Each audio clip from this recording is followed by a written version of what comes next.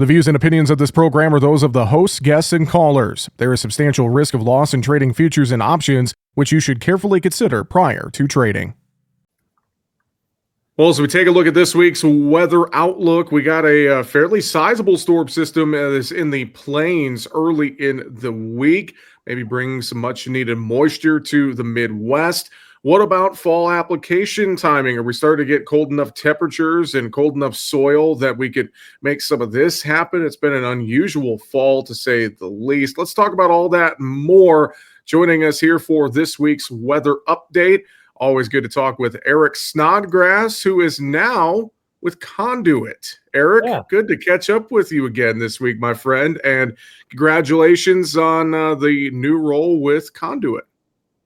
Yeah, it was, it was a tough decision to leave Nutrien. Had a great time, incredible people there, but had a new opportunity to come up. Conduit just really has, I think, a really awesome platform for farmers. And so I decided to give it a shot. So whatever, it's on, and they let me do the weather. So that's all that matters. I get to continue to nerd out and didn't skip a beat. So we're back into it, and here we go. Yeah, you're right. We got a big storm system midsection of the country. Yeah. Saw some strong storms last night in the southern plains going over the Red River Valley this morning. That's the Red River Valley of the south.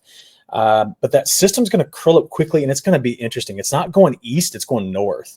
So it'll be in southern Canada by the time we get into tomorrow or Wednesday. And that was interesting because last week I thought that system was going to be able to linger far enough to the south that we'd get some snow out of it. I mean, some of the models were pointing at it. And then, we watched all week, the models trend down, down, down. It was going to be too warm on the backside of it. So the snow, if there is any with this system, is going to be way up in North Dakota. It's going to be in southern Manitoba and Saskatchewan. And it may not be until the end of the week that we get a little bit of snow, maybe in the eastern Great Lakes, maybe Ohio, Pennsylvania, West Virginia, interior parts of the Northeast. But that tells you what's happening, right? The temperatures are coming down finally. We seem to be building up this nice little storehouse of colder air that's going to be in Western Canada. And every time I see that setting up, that's the spot that if you want to let it just come out across the east, it'll come from. It's not polar vortex related. It's just we got cold air in place, and we're finally going to dip into a bit of it. And just thinking about that, you mentioned fall application, right? We're waiting on soil temps to get down. And I just looked this morning in Des Moines, we've got soil temps that are still above 50 now, but they're going to be down below 50 and stay there for a while. And given the recent uptick in moisture, we're going to be in good shape. And by the way, I say uptick in moisture, like it was a complete pattern flip over October, which we talked about last week, of course. And things are moving. So I don't see anything that's too blocky, too stalled up across the United States. If anything, it's out in the Pacific, and that's just going to keep us going, I think, with storm systems as we finish up this month, including what could be a really interesting week leading up to Thanksgiving. So when we talk next Monday, we're going to have to talk about that holiday, which, by the way, Jesse, I don't know about you, but Thanksgiving, I think, is my second favorite holiday. 4th of July is my favorite. I love it. But Thanksgiving is like Christmas with the chaos of like presents. You just get to go see family and eat. And, so a little bit of rough weather around that time frame might be important to just chat about. But also, we got to remember, I know a ton of farmers that go out and do field work all morning long, then come in and have lunch, and then they take the family right back out and get to it that afternoon. Because when you got family in town, you take advantage of it. So anyway, a lot to talk about because it's moving. Patterns open and moving. Well, and to that point, we'll keep an eye on that, and we'll talk more about the Thanksgiving week weather next week when we have more certainty about it. And I should throw this out there to you as well. Thinking about certainty, I know last week I saw plenty of the internet forecasters calling for doom and gloom snow, and just goes to show that hey, models change. Don't believe everything you see on social media, right, Eric? Yeah, so that's what's really important. I'm glad you brought that up, Jesse, because in my content last week, I'm like, hey, you want to see what the models are saying? This is what they're saying. I say, now, do you want my opinion? Always. I've never not seen it this way. Models go nuts over the first snowfall, actually over the first 2 or 3, and they always get it wrong because you have to have what's called the antecedent cold air. You have to have made this seasonal transition. Now, can there be some early falls where you just crank and it's, it's delivered? Yeah, but this is not one of those falls. And so I told her, I was like, I'll show it to you, but you cannot trust this. And I think that's important. When you get experienced weather people, doing those kind of forecasts, it provides that context versus like, I saw a social media post that 36 inches of snow coming to Des Moines. And what do I do? I'm like, you do nothing because it's going to rain. Trust me, please be careful. Now we joke about that, Jesse, but the reality is that that's one of the complications of social media, right? That you end up getting information and you sometimes can't link it back to an expert, just as a case, a case in point here. So yeah, I'm glad you brought that up, and it's a challenge I wake up to every day. So good point. Absolutely. Absolutely. Well, and in terms of that fall field work and that fall application too, that we were hinting on a little bit, obviously, if we can push out, that first big snowfall, things like that, get a little bit of rain here, keep that window open just because things have been somewhat delayed.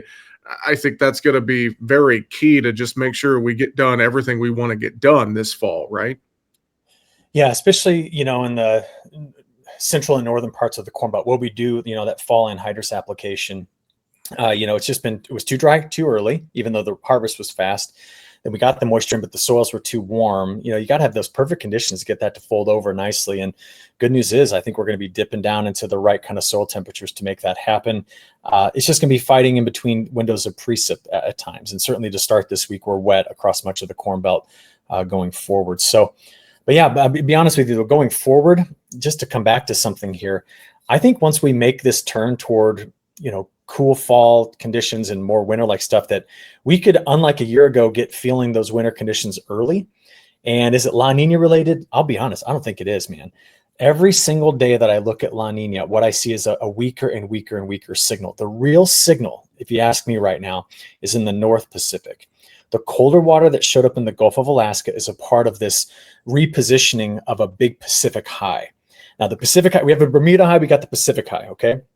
If you can take that Pacific high and start to just build it north of Hawaii, it's best if you just shove it into like the Bering Sea, then we just tend to open up our chances for a normal winter. The closer it gets, the more it shifts around to the south, things start to really shake up too much. But I think this year that Pacific high is going to be the key. And it's what it's related to is this thing called the PDO, the Pacific Decadal Oscillation, which is very negative. It's like a stock market index, right? When it's negative, I know how other things behave. And one of those things is we just tend to be active in the Corn Belt with good precip. It tends to be where the drought tends to be in winter is Mexico. So a negative PDO just drives drought into Mexico, which will be a discussion we'll have for next year. But that's my main takeaway going forward. I think we're going to see a normal progression of winter, which we haven't seen in a while. So yeah, good news. Well, for me at least, Eric, I like winter. Yeah. Good point. Good point. How about South America? Any big updates there this week? So we continue to see the Center West region planting fast. They're done. It's in, and the rains continue to go there. So that started mid-October and has continued through mid-November. So very wet. Southern Brazil has a bit of a drought scenario setting up. And I blew it off at first because if it only lasted a couple of weeks, no, it doesn't matter. But now it's about 30 days into it, and they're well behind on their precip. We got some places down there that are about a third of normal precip. And the models aren't too generous in Southern Brazil. And so you got to wonder if there's going to be some spring drought pressure in Southern Brazil to be talked about. Now, bigger picture, I would have thought that, Argentina would be dealing with more drought. There are pockets, but we're not yet seeing it set up there. So I'm just going to put out, hey, you need to know that I'm watching Southern Brazil closely. It's about 40% of their total production, with 60% being in the center west over toward those eastern growing areas. And I think we need to keep an eye on it, and because it might all of a sudden show up as a story. Today, I don't think it's anything, but if I'm still talking about this, when we're having a chat mid-December, then we've got something to really get into. Gosh, I can't believe mid-December is a month away, and so we're getting through their season pretty quickly. Absolutely, we are. It's no doubt getting close to the end of the year very, very quickly. As we close out here today, Eric, anything else you're watching around the world that we need to pay attention to here as we get into the back half of November? Yeah, we do have a tropical system right now named Sarah. Went over the Yucatan Peninsula this past weekend, and it's, we made it pretty deep into that name list, all the way to S so far. And the ocean temperature is still quite warm. Sarah's possibly going to put a little bit of moisture into the south and southeast. I'm talking about from the Mississippi to the, over toward Florida. But thankfully, it's going to have too much wind shear to really do much. But it's amazing. It's November 18th, and we're still talking about tropical systems.